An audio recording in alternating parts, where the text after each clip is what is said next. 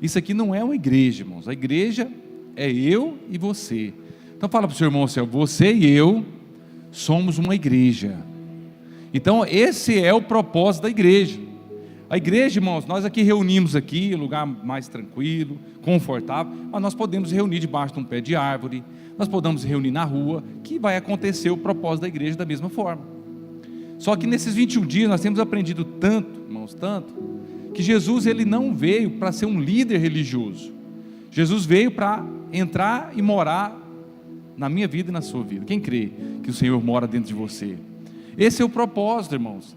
Jesus ele veio, passou por tanta tribulação, tanta luta, mas que quando ele morreu e ressuscitou, ele deixou o quê? A igreja para quê, irmãos? Que representa ele. Nós somos essa igreja.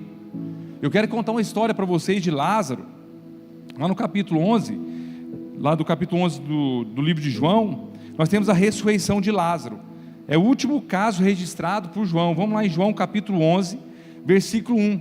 Eu quero que você vá entender, daqui a pouquinho, no próximo texto, nós vamos ver o milagre. Só para vocês terem uma ideia, 6 dias antes, Jesus ressuscita um homem chamado Lázaro. 6 dias antes da Páscoa, a Bíblia fala. Depois que ele ressuscitou, ele foi ter comunhão com Lázaro, Maria e Marta. Olha que interessante isso. E também teve outra pessoa, Judas. Então teve uma célula ali, uma reunião como igreja. Mas aí eu acho interessante que ele fez um milagre primeiro, porque Lázaro já estava morto, estava necrosado, imagino que já estava totalmente destruído a vida dele. As irmãs, todo mundo desesperado, vocês sabem da história, mas aqui eu quero resumir com os irmãos. Em João capítulo 11 verso 1 diz assim: havia um homem chamado Lázaro, ele era de Betânia, do povoado de Maria e de Marta, a sua irmã. Aconteceu que Lázaro ficou doente. Agora vai lá para o verso 38, por favor, pula para o 38, para nós ganharmos tempo. No 38, vocês sabem da história, Lázaro veio a morrer, já estava lá Jesus, já estava 2 dias esperando, e chegou lá, já estava tudo, já tinha morrido o irmão. Então fala o seguinte no verso 38, Jesus outra vez profundamente comovido, foi até o sepulcro, era uma gruta com uma pedra colocada na entrada. Olha o verso 39, ele fala o seguinte: tire a pedra, diz ele. Marta, irmã do falecido, diz: Senhor, ele já cheira mal, pois está ali há 4 dias. Imagine uma pessoa morrer para ficar 4 dias, irmãos. Realmente já estava totalmente, Olha o verso 40, disse-lhe Jesus: não falei que se você cresce, veria a glória de Deus? Verso 43, no verso 43 fala: depois de dizer isso, Jesus bradou em alta voz: Lázaro, venha para fora. Olha que interessante isso aqui, irmãos. Aí você para e pensa: Lázaro vem para fora, ressuscitou. Aí agora nós vamos lá para João capítulo 12, um capítulo depois, o Senhor Jesus ele dá continuidade na história de Lázaro. Aqui ele ressuscitou e de repente ele vai para a casa de Lázaro com Maria e Marta, reunir, para estar junto com eles, com essa família. Então o Senhor nos quer mostrar com isso, irmãos, que todos nós estávamos mortos. Aqui, nós todos, sabia que você é resultado da morte? Todos aqui morreram, irmão. Quem morreu aqui com Cristo e ressuscitou com Cristo, amém?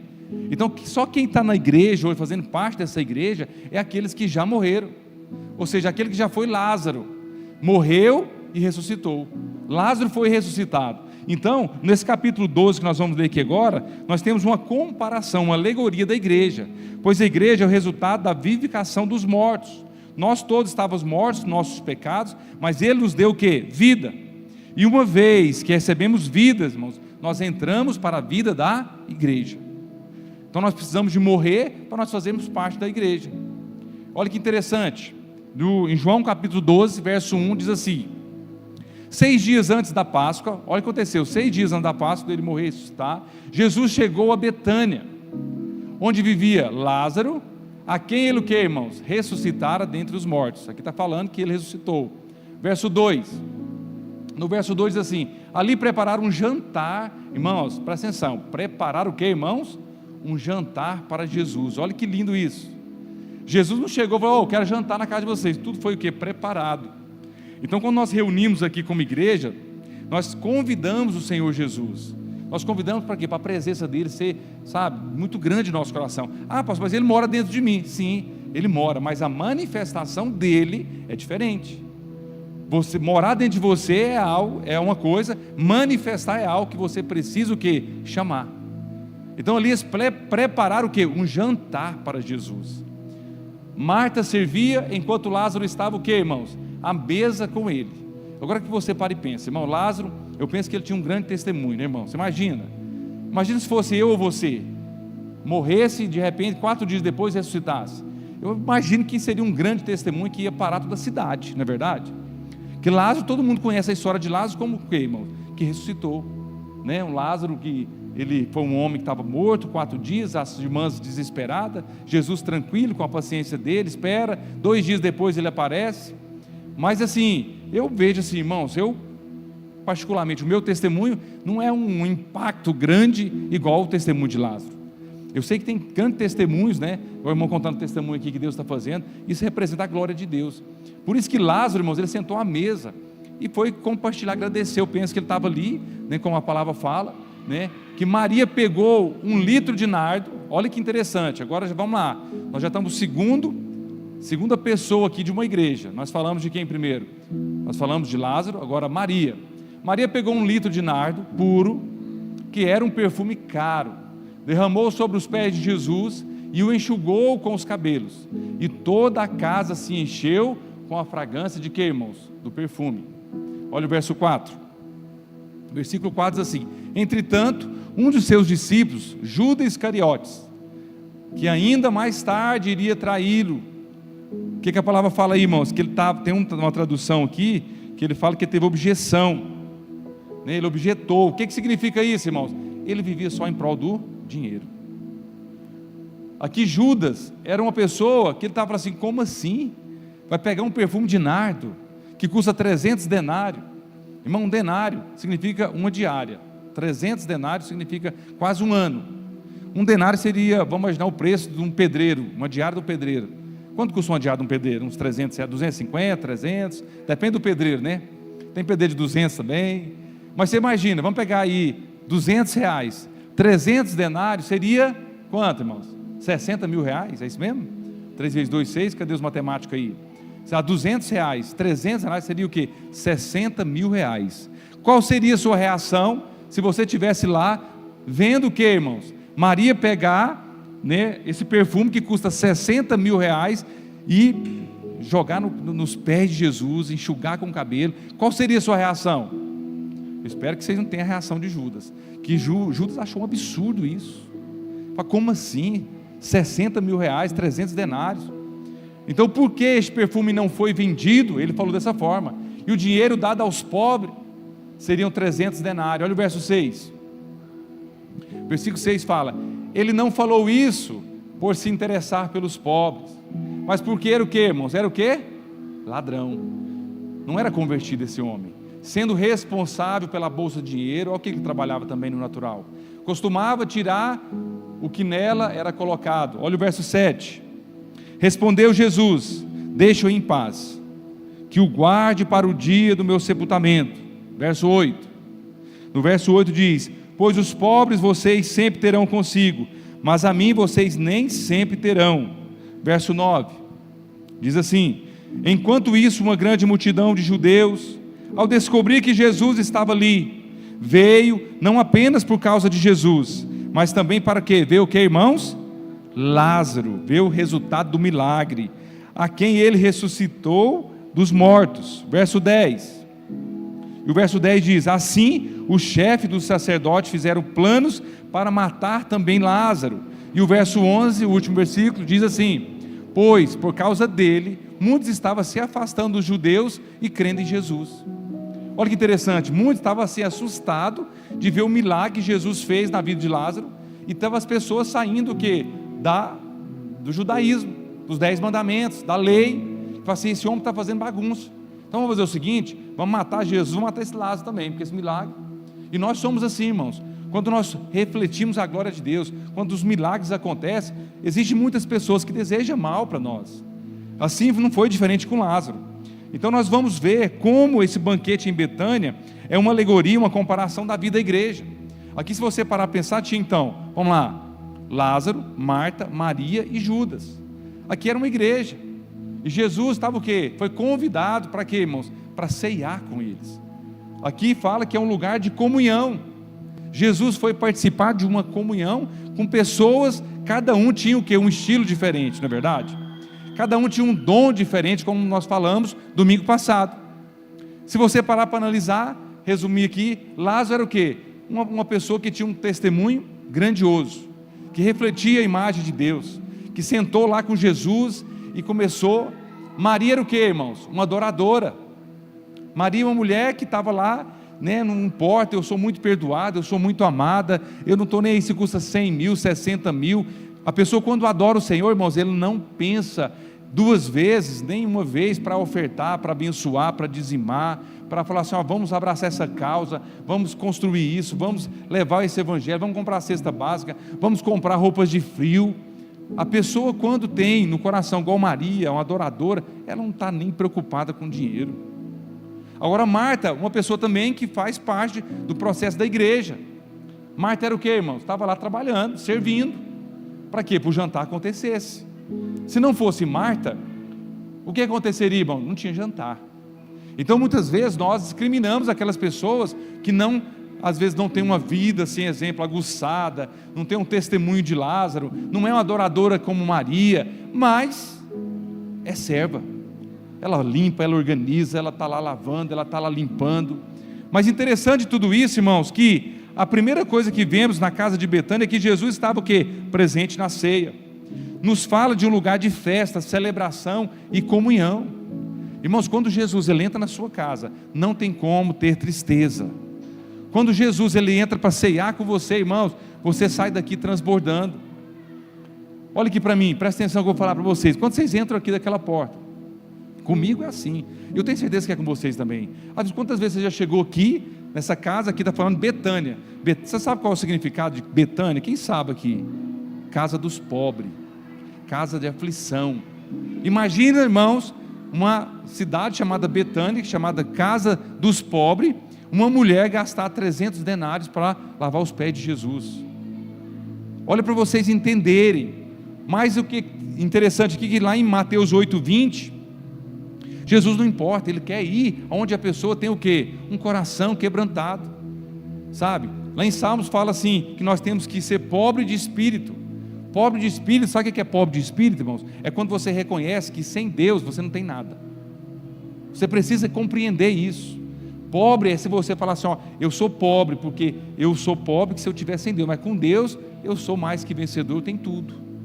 A pobreza é você reconhecer diante de Deus que você precisa dele 24 horas, é Ele que te supre. Mateus 8:20 diz assim, Jesus respondeu, as raposas têm tocas e as aves do céu têm ninhos, mas o Filho do Homem não tem onde reclinar o que, irmãos? A cabeça. Aqui nós estamos falando em Mateus capítulo 8, no início da trajetória de quem, irmão? De Jesus. Aqui ele não tinha como reclinar, até o ponto que ele morreu e ressuscitou. Aonde ele reclina hoje, descansa? A igreja, é onde nós reunimos. Jesus está sentado à direita, olhando para mim e para você, olhando nós como igreja. Passa ali, aquele povo ali vai avançar, porque estão debaixo da graça. Por isso que Jesus morreu pela igreja. Mas agora ele tem um lugar de descanso e comunhão. Cada vez que nos reunimos como igreja, irmãos, o Senhor vem para festejar conosco. Irmão, você não tem ideia, um testemunho que nós ouvimos, um louvor que foi ministrado, sabe, irmãos, o culto aqui das crianças, isso tem um impacto tão grande, porque isso faz parte, porque Jesus ele alegra, porque nós estamos vivendo o que, irmãos? Uma comunhão. Quando nós ficamos isolados nas nossas casas, você pode ter certeza, sua semana não é a mesma. Não é a mesma, mas quando você faz parte do corpo de Cristo, da igreja, do favor de Deus, a vida da igreja, a sua vida ela vai sendo acrescentada todos os dias. Por isso que nós temos que estar debaixo desse favor de Deus. O irmão aqui, essa irmã, quando chegou lá na célula, lembro que ela foi a primeira vez, e ela disse, pastor, minha vida está toda de... né? E nós vamos orar, irmãos. Quem faz a obra é o Senhor.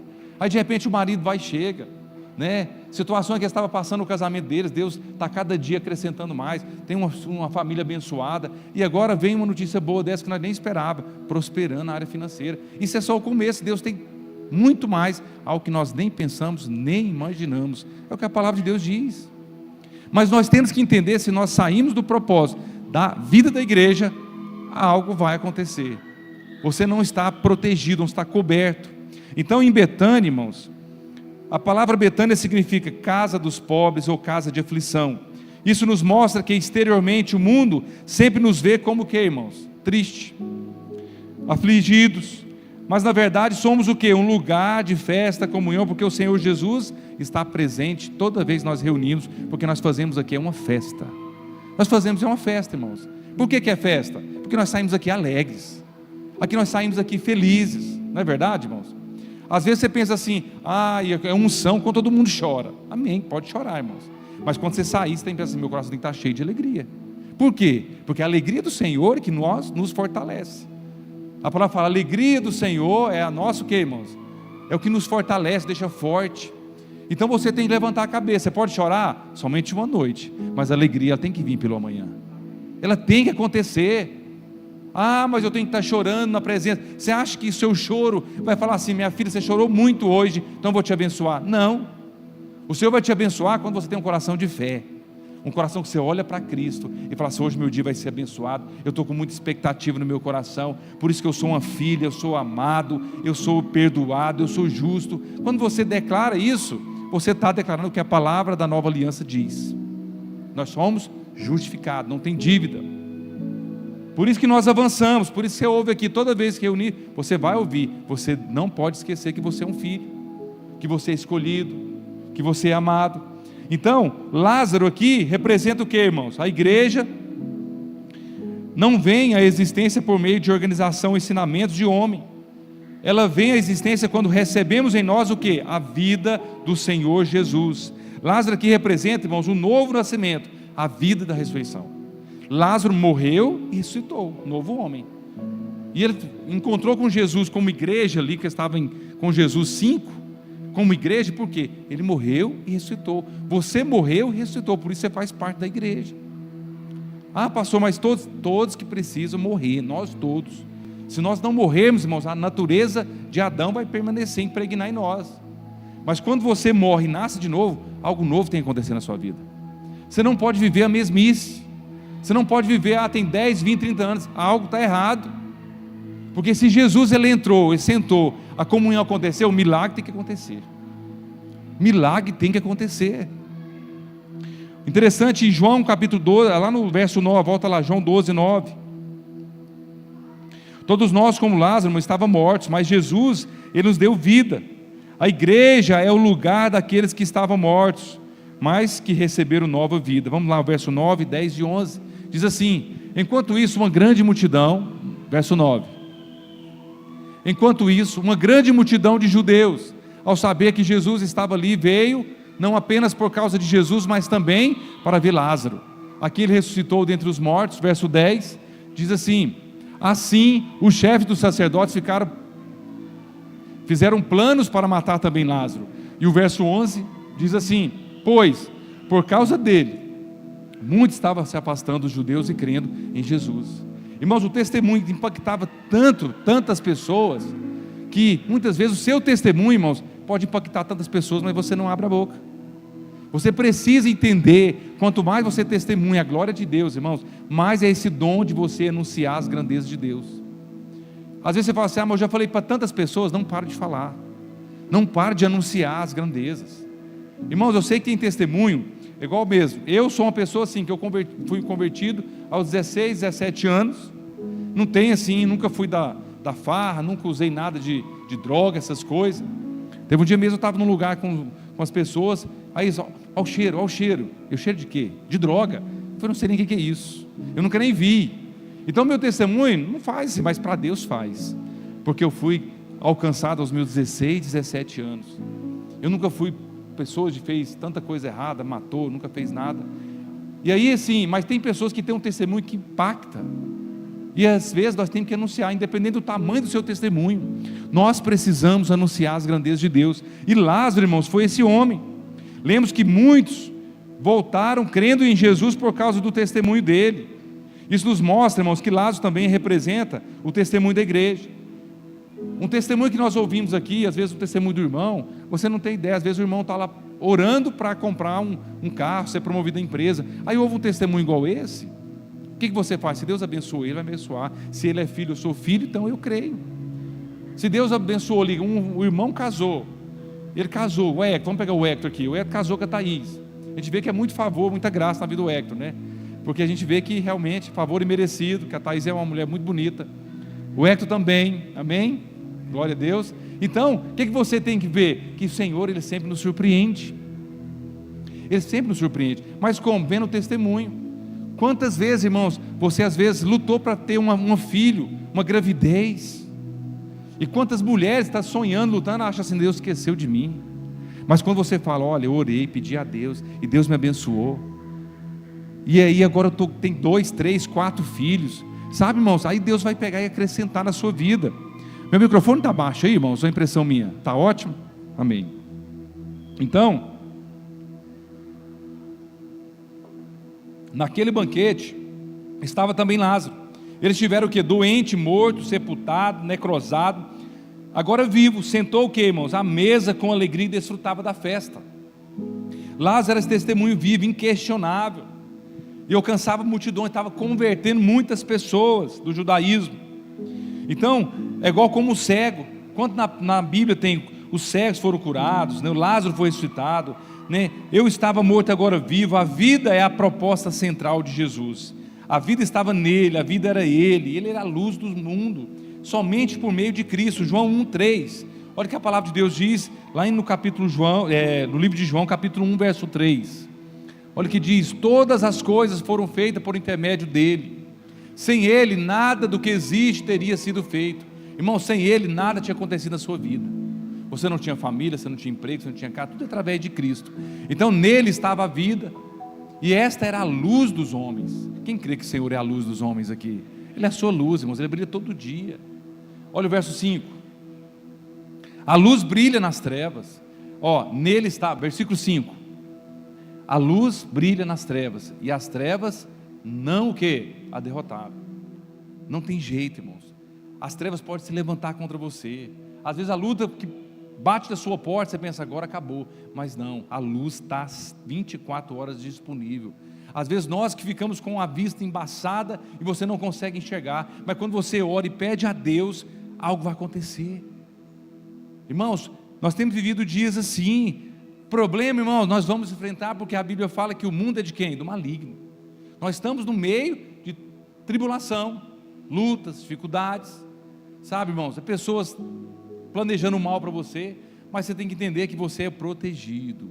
1000 cairão ao teu lado, 10.000 ao teu direito, mas você não vai ser atingido. Fala para o seu irmão, você não vai ser atingido, porque você é blindado.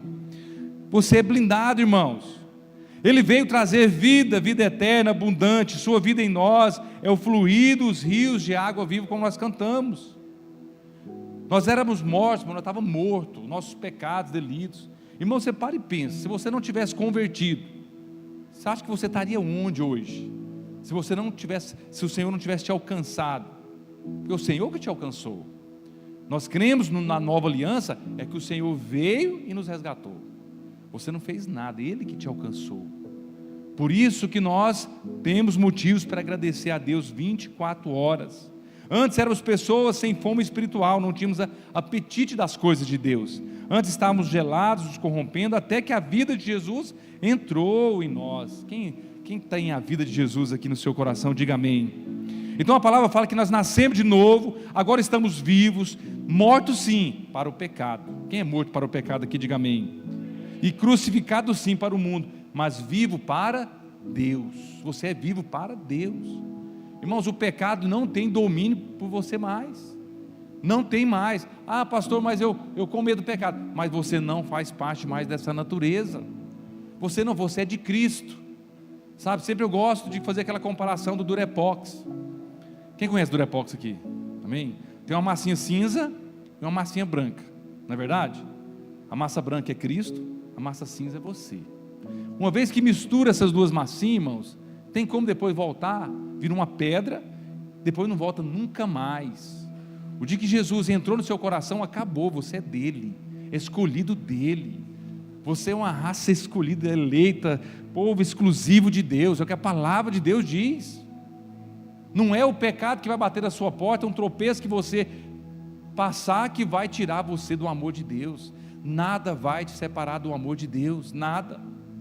É igual quando você faz um bolo. Cadê as mulheres dos bolos aí? Você pega o quê? Você faz a irmã, inclusive, irmãos, ó, você precisa de um bolo aí, doce, a irmã faz lá do Felicitar, amém? Então, quando você vai fazer um bolo, você põe o quê? Farinha, leite, ovo, você mistura tudo ali. Depois que fez aquele bolo, não tem como voltar ao que era antes. Assim é nós com Cristo, irmãos. Nós misturamos com Ele, nós somos dele. O véu foi rasgado. O véu que separava, hoje não separa mais, amém? Quem crê? Que hoje não tem mais. Então agora eu quero falar de Simão. Interessante que Simão, irmãos, em João 12, não fala de Simão, mas lá em Marcos fala. Marcos 14, 13, fala de Betânia também. Olha aqui, esse aqui eu acredito que é outra história, que fala o seguinte: quando Jesus estava em Betânia, mais uma vez, casa dos pobres, reclinado à mesa na casa de Simão, o leproso. Irmãos, olha onde que Jesus ia, uma casa onde tinha um lepra. Irmãos, lepra é algo, hoje chama, como é que chama, Zana? Hanseníase. Então uma doença que é complicada, sabe? Você perde todo o contato. Por exemplo, se você tem hanseníase, se você queimar, você às vezes nem percebe, não é verdade? Então Jesus estava em Betânia, reclinado à mesa na casa de Simão, o leproso. Aproximou dele uma mulher com um frasco de alabastro, que eu acredito que é Maria, que continha um perfume muito caro, feito de nardo puro. Ela quebrou o frasco e derramou o perfume sobre a cabeça de Jesus.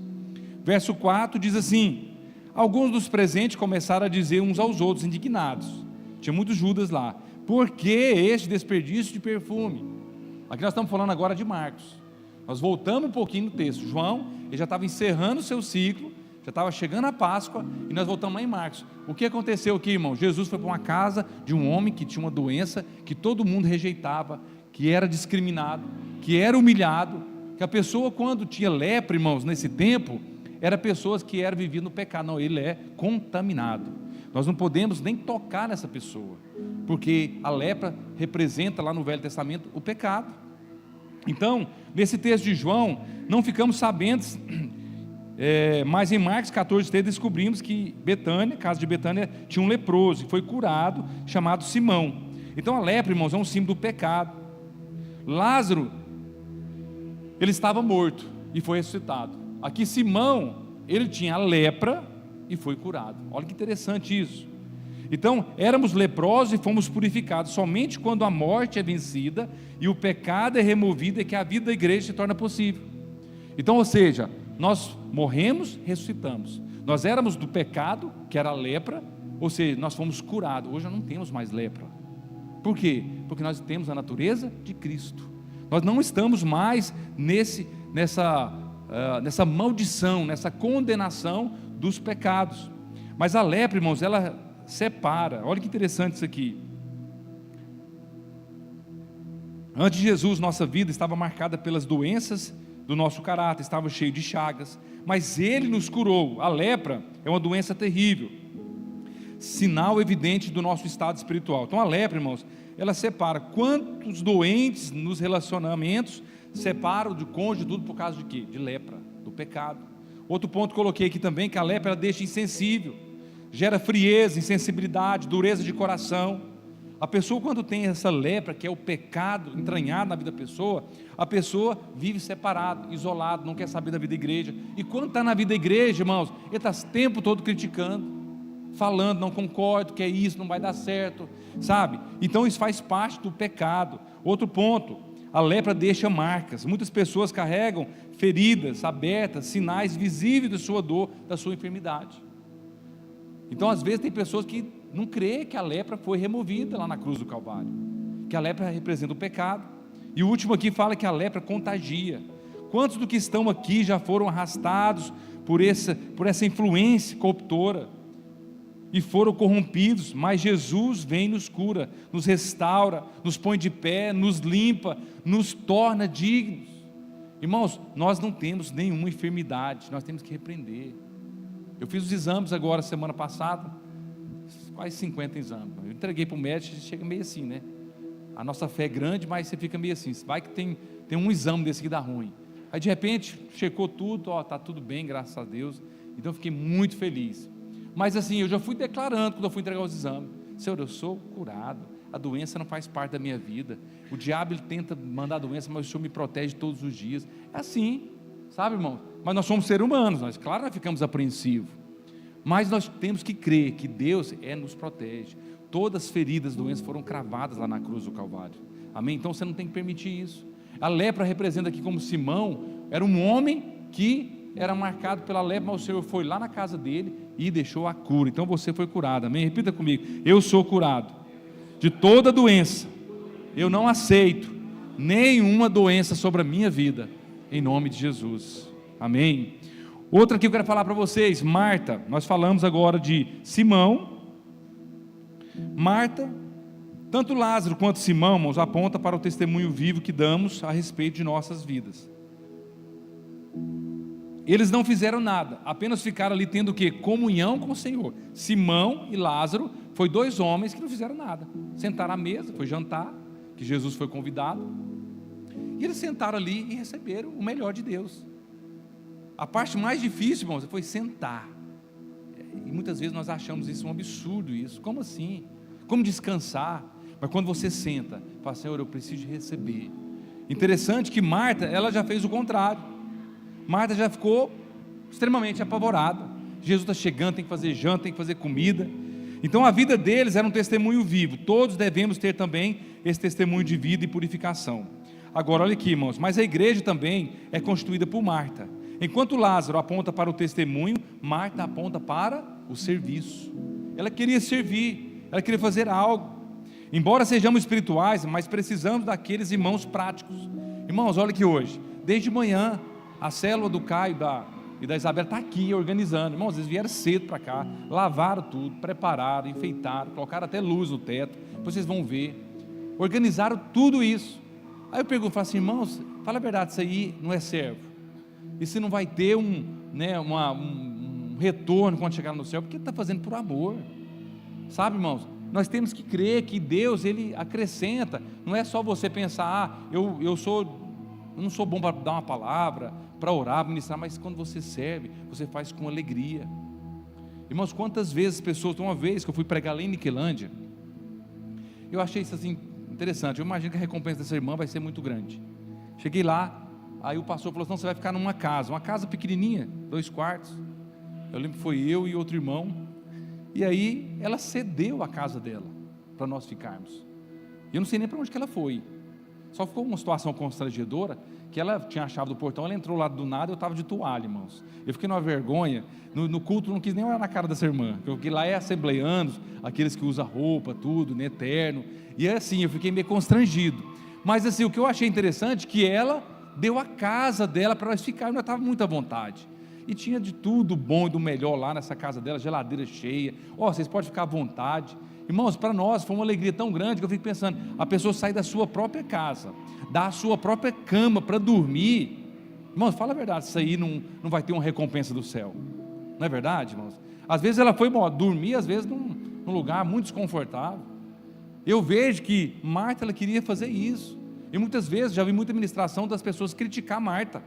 Mas Marta faz um papel principal na igreja, que é servir. Então nós precisamos entender. Tem pessoas que contribuem, que eu falei domingo passado, que também é um dom. Mas voltando aqui para o assunto de Marta, né? Muitas pessoas, porque a sua vida é um testemunho ambulante do poder de Deus, mas Marta é que vai ajudar a consolidar essas pessoas. Lázaro atrai, mas é Marta que o serve para que seja firme em Cristo. Então a nossa igreja, a igreja do Senhor Jesus, irmão, é o lugar daqueles que servem a Jesus e aos irmãos. Não tem como você servir só a Jesus e não servir os irmãos. Nós temos que servir uns aos outros. Nós temos que ajudar, colaborar, estender as mãos, orar, abençoar. A igreja só é digna do Senhor, irmãos, quando nós imitamos a sua vida. E Jesus veio o quê? Para servir. Por isso que a palavra fala: maior é o que serve. Não tem como você ser um grande líder, irmãos, se você não servir, não passar pelo processo de servir, de ajudar, de colaborar. A igreja é o lugar onde os irmãos levam as cargas uns dos outros. Quem leva a carga do irmão aqui? Diga amém.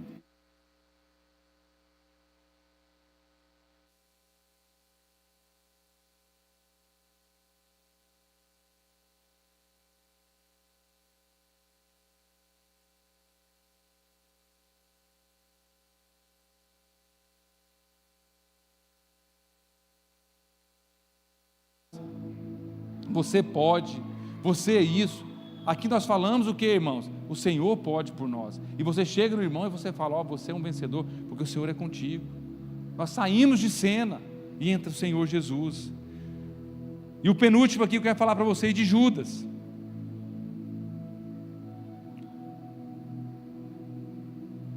Judas, está lá no versículo 4, João 12, verso 4.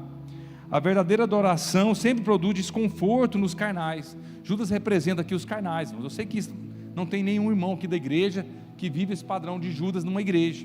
Mas infelizmente tem muitos Judas em muitas igrejas que vive voltado para mamon, para o dinheiro. Olha o que diz, verso 4, eu quero ler com os irmãos até o 6.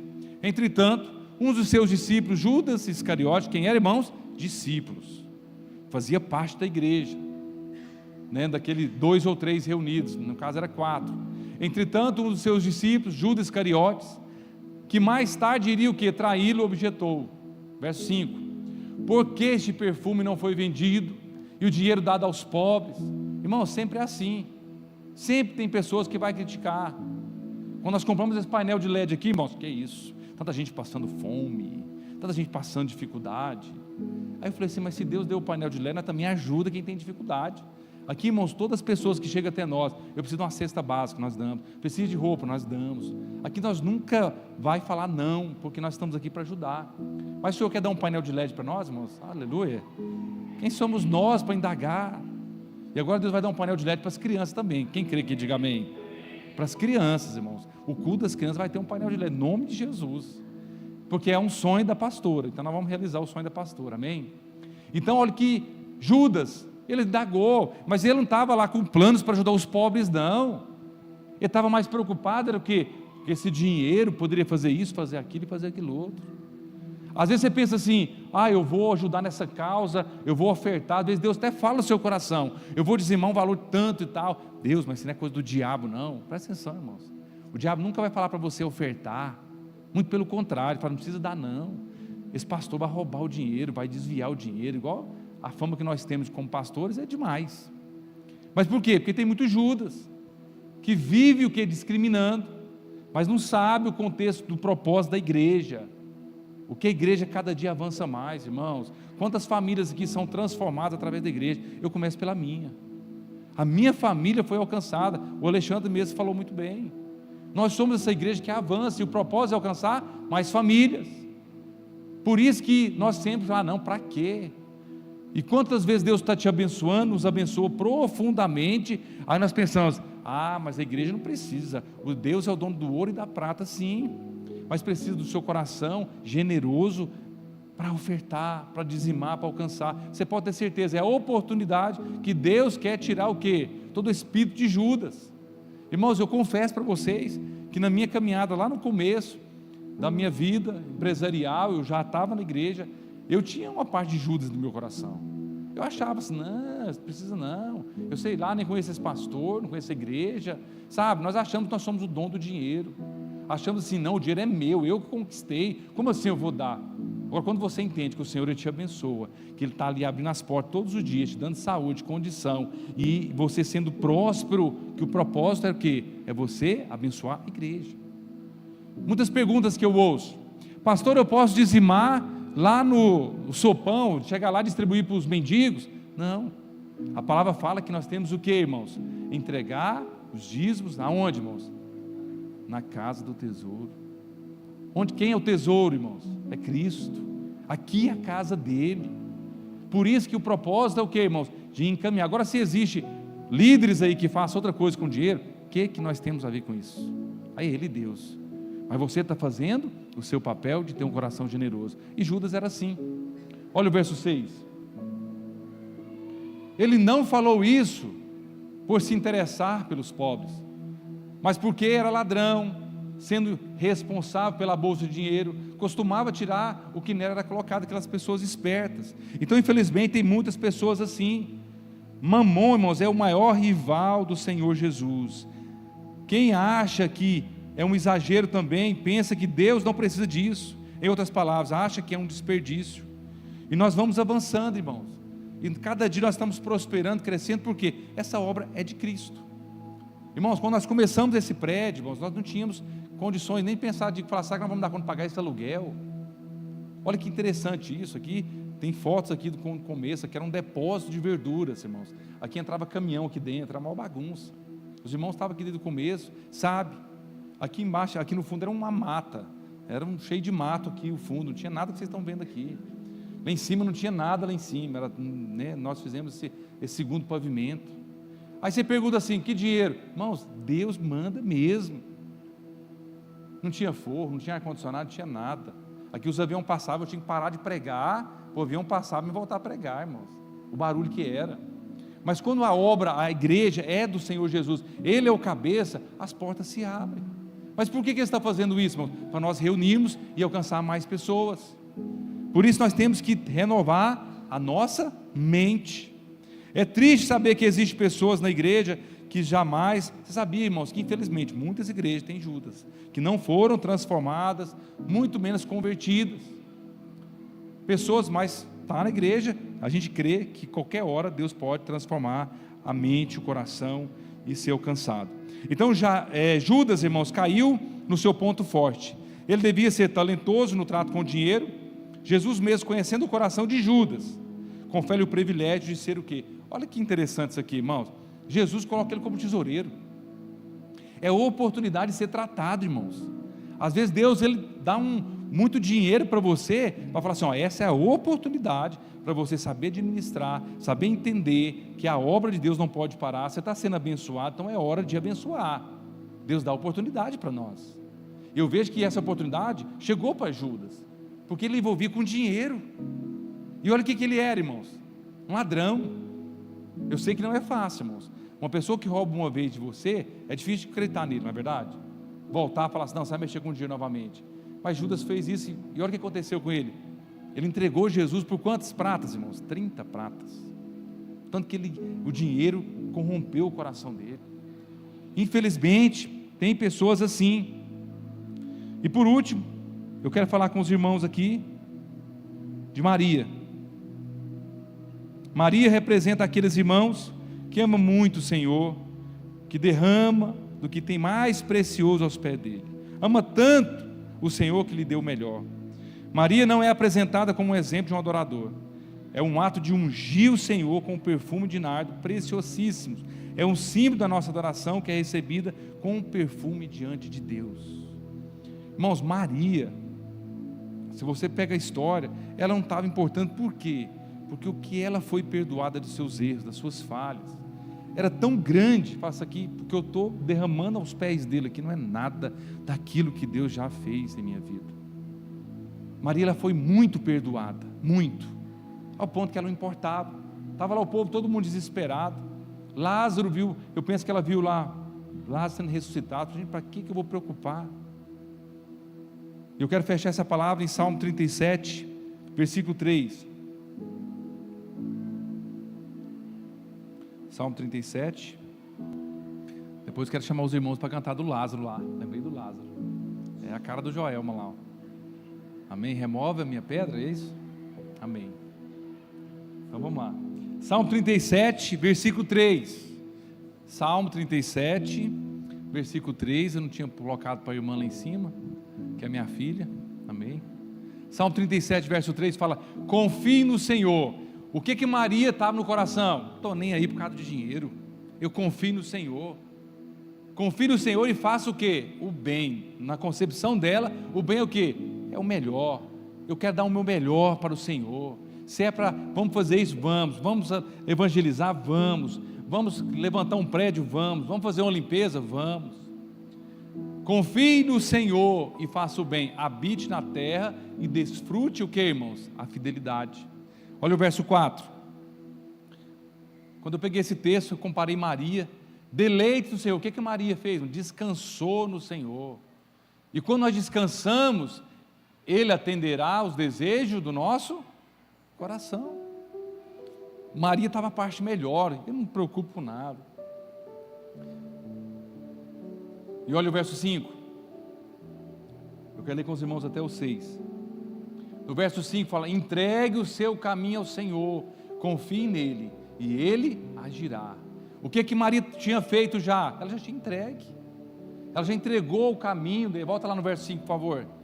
Ela já tinha entregado o caminho, estava confiando nele, e ele estava agindo. Porque quando você entrega o caminho, irmãos, pode vir a luta, o problema, a adversidade, você sente, fala assim, eu estou sendo protegido. Quem teve essa experiência já? Sabe, quando você fala assim, nossa, mas que contra-ataque do inimigo é esse? Mas você vê que tem algo, uma proteção ali. Por isso, quando você entrega o caminho, irmãos, entregar o caminho é você entregar a sua família, os seus sonhos, os seus projetos. Entregar o caminho é tudo. Não é você pensar, entregar o caminho, qual caminho? Só de escolher a igreja que eu vou congregar? Não, é tudo. Quando você entrega tudo por completo, irmãos, Ele vai agir ao seu favor. Mas é preciso o que, irmãos? Confiar, como Maria confiou. Mas sempre o diabo, ele quer usar um ponto fraco. O ponto fraco mesmo de Judas era o que? O dinheiro. De falar assim, olha, o dinheiro, né? Então tem muitas pessoas que têm essa dificuldade. E eu fecho com o verso 6 com vocês. No verso 6 diz assim: Ele fará a sua justiça, o que, irmãos? Brilhar como alvorada, e a sua causa como o que? O sol do meio-dia. Na minha tradução aqui fala, Ele deixará claro como alvorada que você é justo. Quem é justo aqui, irmãos? Aqui ele deixa claro, Maria, ela se tornava justa, falava assim, olha, minha ficha está limpa, eu não tenho mais, eu sou justificada. E ainda fala assim, e como o sol do meio-dia, dizendo que você é inocente. A minha tradução fala de inocência. Você sabia que Jesus olha para mim, para você, e vê você como inocente, irmãos? Ah, pastor, mas eu já fiz tanta coisa. Mas Deus, Ele não olha o seu passado. Cristo não olha o seu passado. Ele olha agora e fala assim, olha para mim, eu tenho uma nova história para escrever na sua vida. Aquela história de erros, de frustrações, de falhas, de ignorância, de pecado, eu já esqueci, está apagado, está no mar do esquecimento. Quem crê? Você precisa compreender isso, irmãos. Quando você